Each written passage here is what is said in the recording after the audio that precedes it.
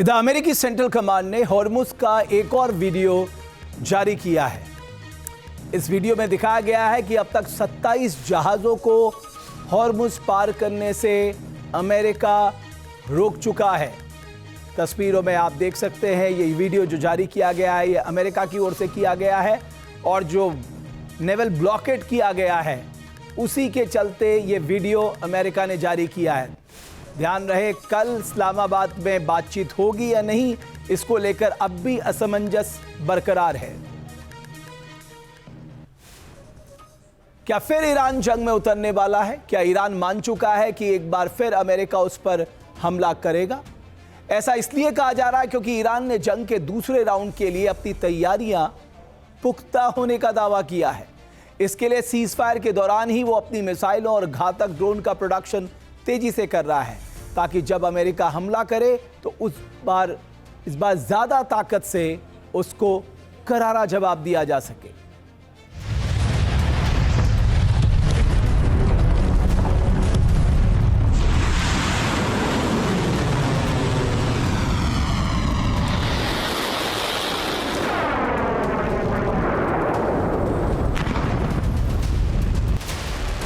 चालीस दिन की जंग में ईरान ने सिर्फ अपनी मिसाइलों का ट्रेलर दिखाया।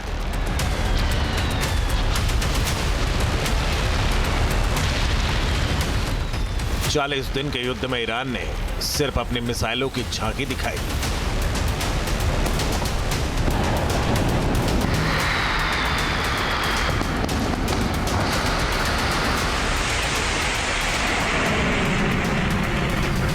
लेकिन फिर युद्ध का आगाज हुआ।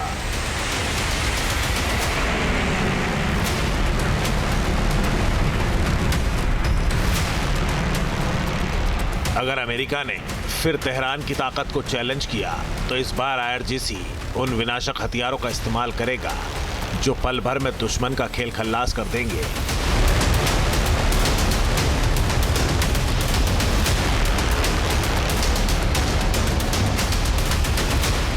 ईरान ने पहले चरण की जंग में अपनी मिसाइलों का दम दिखाया। पूरे पश्चिम एशिया में ईरानी मिसाइल एक कहर बनकर टूटी।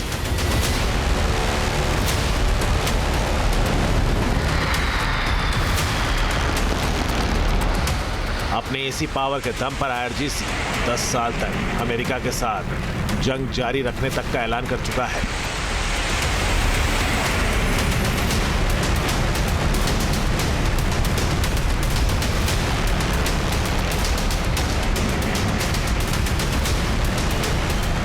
दुश्मन के खिलाफ आईआरजीसी ने घातक रणनीति बनाई है और उसे अमली जामा पहनाने के लिए भी कोई कसर नहीं छोड़ी जा रही है।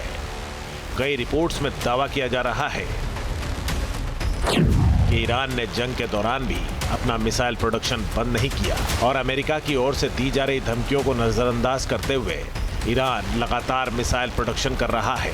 ईरान दिन रात मिसाइलें और ड्रोन बना रहा है। आईआरजीसी के aerospace commander Majid Mousavi Iran की मिसाइल क्षमता को धार देने और मिसाइलों को और एडवांस बनाने में अहम भूमिका निभा रहे हैं, जिसकी गवाही ये तस्वीरें दे रही है। एक सोशल मीडिया पोस्ट में मुसावी ने मिसाइल और ड्रोन डिपो के ओवरहॉल को दिखाते हुए फुटेज पब्लिश किया है। इसके जरिए ये संदेश दिया गया है कि वो कैसे अपनी अटैकिंग पावर में इजाफा कर रहे हैं।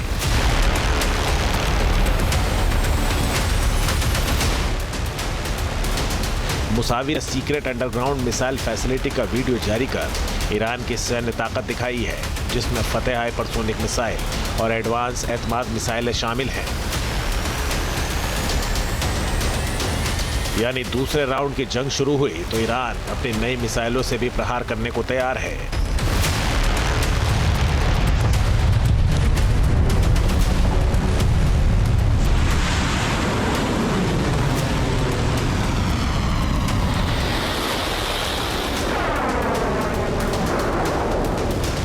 ईरान के पास सिर्फ एक क्षमता है, वो है ड्रोन कैपेबिलिटीज़ और मिसाइल कैपेबिलिटीज़। एयर सुपीरियरिटी उनके पास है नहीं। नेवी का भी एक सीमित दायरा है। स्ट्रेट ऑफ हॉर्मुज में वो कुछ ताकतवर जरूर दिखते हैं, लेकिन एक्चुअली उनकी नेवी भी बहुत डिप्लीट हो चुकी है। तो ईरान अपने सीमित संसाधनों को बहुत जल्द से जल्द एक बार फिर से इस्तेमाल में लाना चाहता है। ड्रोन्स का प्रोडक्शन उसने बढ़ा दिया है, मिसाइल्स का प्रोडक्शन बढ़ा दिया है। और ये मिसाइलें वो हैं जो कि कम दूरी से मध्यम दूरी तक मार करने वाली हैं। यानी इंटरकॉन्टिनेंटल बैलिस्टिक मिसाइल्स वगैरह के ऊपर ईरान बिल्कुल ध्यान नहीं दे रहा है। हाइपरसोनिक जो उसके पास इन्वेंट्री है उसको भी वो बचा के रखे हुए है, बहुत ज़्यादा उनका इस्तेमाल नहीं किया है।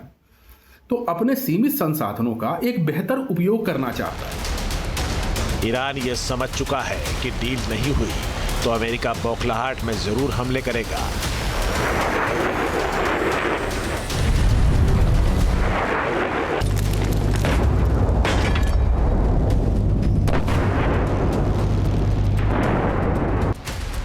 इसलिए पलटवार का इंतजाम पहले ही कर लिया गया है। ईरान इस बार पहले से ज्यादा ताकत के साथ हमला करने की रणनीति बना रहा है।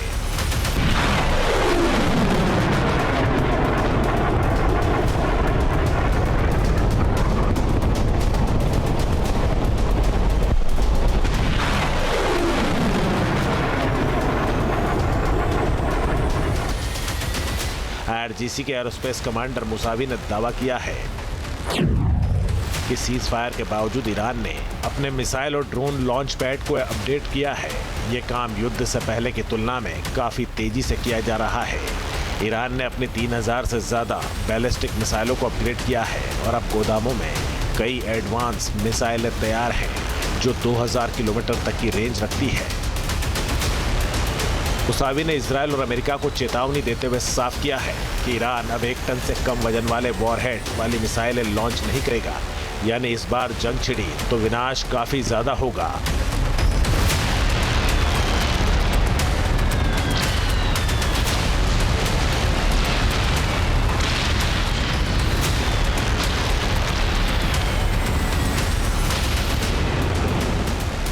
क्योंकि ईरान ने नई टेक्नोलॉजी के साथ कई घातक मिसाइलें बनाई हैं।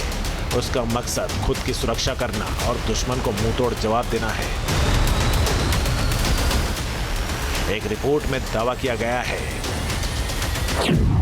कि पहले राउंड की जंग के बावजूद ईरान के पास अभी भी 40% ड्रोन और 60% लॉन्चर बचे हुए हैं।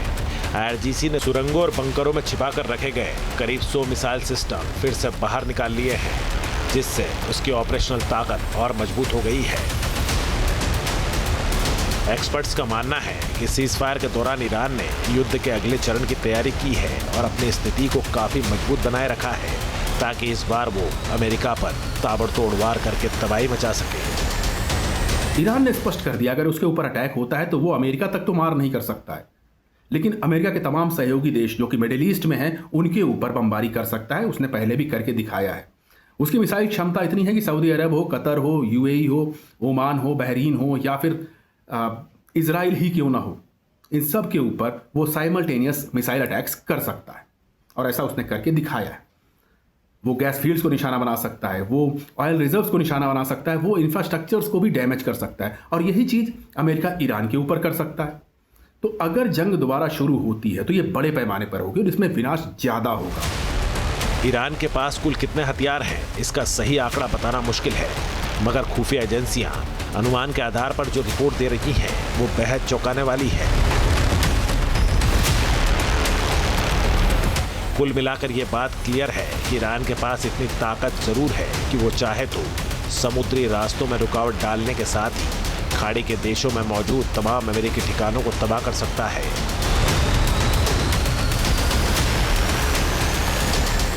ईरान की ओर से साफ किया गया है कि अगर फिर युद्ध शुरू हुआ तो वो इजराइल समेत पूरे रीजन में हमला करेगा।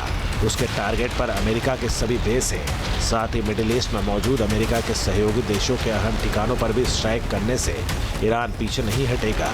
यानी जंग का दूसरा फेज भीषण तबाही वाला होगा।